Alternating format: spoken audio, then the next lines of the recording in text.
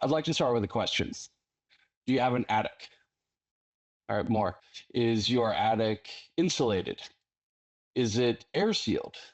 Maybe even bonus points for an inverter driven heat pump or cold climate heat pump. Great. So I'd like to show you my house. Believe it or not, that attic up top is insulated and it's air sealed.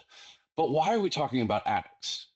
It's because I believe your attic is a grid responsive energy asset and that it's time to start treating it like one. And this matters now because the grid is undergoing a moment of historic change.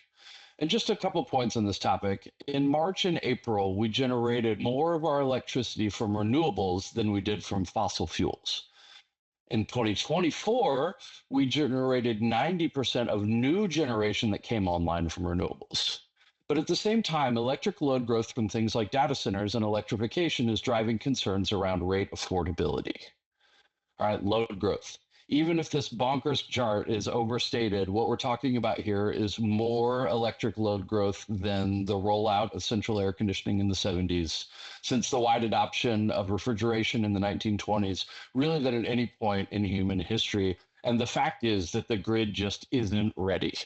Conditions vary across the various operators, but according to NERC, more than 80% of North America's population is under a risk of grid instability and potential power interruption. There is significant risk of the demand for energy outstripping our ability to supply it. And this isn't some hypothetical or far future case either. This supply and demand imbalance is here for many now. The good news is that the grid can handle significant load growth as long as that load is flexible. And while many forms of load aren't flexible, as long as the aggregate load has flex within it, then there's significant room within the supply and demand imbalance. Recent research by the Nicholas Institute suggests that the grid could support between 76 and 126 gigawatts of additional flexible load in the near term, like now, and that's like 10 to 20% of this summer's record peak load. The even better news is that energy efficiency has been solving problems like these for decades. Energy efficiency and related DSM programs have kept overall load growth, the gray portion here, nearly flat going back to the Carter administration. As program designs have evolved, we've seen a shift from energy saved to peak reduction as our priorities KPIs. Pennsylvania's Act 129 Phase 4 transition is a good example here. We're also seeing a shift from bulk system benefits down to locational ones, with examples like non-wires alternatives focused on the feeder or the substation level constraints. Now, independent of the metrics we use for delivery, our tools for managing load curves come in like 3 to 4 basic categories. Whether we're making permanent changes like those associated with energy efficiency, or behavioral or process shifts, or even the abilities for customers to be responsive to dynamic grid signals, we have abundant, established, and proven tools to manage grid flexibility.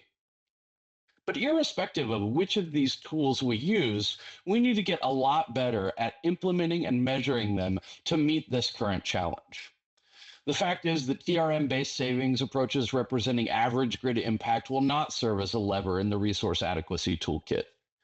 If we want grid operators to see the value of DSM programs as a grid resource, we need to speak their language. And while no demand-side solution will provide the long-term generation needed here, the flexibility that they represent can serve as a bridge to keep the lights on while new generation is brought online. But only if we can demonstrate their value as a dispatchable resource. And the solution here is something that we're calling advanced DSM, which brings us back to my attic. My insulated attic means that my heat pump isn't working as hard at any given system peak. It is contributing to a resilient grid 24 hours a day, 7 days a week. And though my attic installation doesn't report back to the grid, my meter does, and through it we can quantify the impact. Through high-resolution measured energy analysis, we can tell exactly how much benefit any given measure is contributing, sometimes even in real time. Now, when planning for grid resource adequacy, operators deploy a range of supply options from base load through peaking ones, and advanced DSM is aligned directly to this approach. And the toolkit we use here is the advanced DSM stack.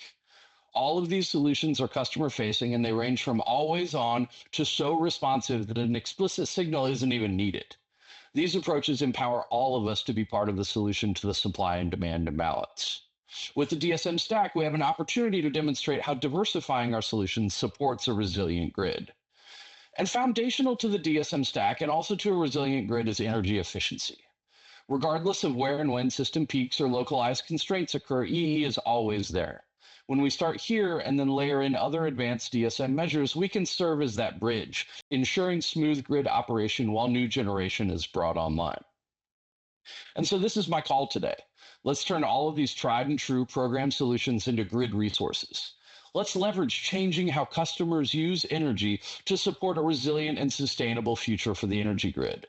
Let's be that foundation to solving the supply and demand imbalance. And this isn't going to be easy, but none of us signed up for easy, right?